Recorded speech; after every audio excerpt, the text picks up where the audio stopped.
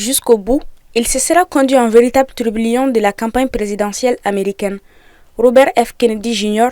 a annoncé ce vendredi 23 août qu'il suspendait sa campagne pour la Maison-Blanche à 2 mois et demi du scrutin du 5 novembre et alors que les sondages ne le créditaient plus que de 5% d'intention de vote selon le baromètre du site realclanpolling.com. Techniquement, le candidat ne met pas un terme à sa campagne et a annoncé qu'il resterait en lice dans les États solidement démocrates ou républicains pour permettre à ses partisans de voter pour lui sans influencer les résultats finaux et l'attribution des grands électeurs dans ces États. Il s'était d'abord présenté à l'investiture du Parti démocrate avant d'annoncer le 9 octobre 2023 sa candidature dans la course à la Maison-Blanche. Lors d'un discours prononcé à Arizona, il a déclaré que les médias et les démocrates avaient conspiré pour entraver ses chances de devenir un candidat viable, parti qu'il avait quitté pour des causes de principes liés à la liberté d'expression ainsi qu'à la guerre en Ukraine.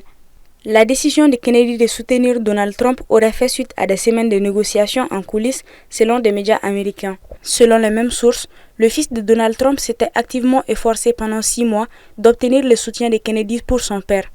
Ce dernier considérait la participation de Robert F. Kennedy Jr. à la course comme préjudiciable à la campagne du Parti républicain.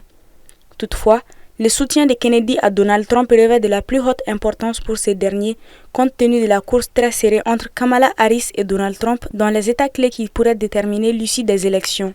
D'après les derniers sondages, Kamala Harris détient une course avance d'1 point de pourcentage dans le Wisconsin et de 2 points de pourcentage dans le Michigan sur Donald Trump.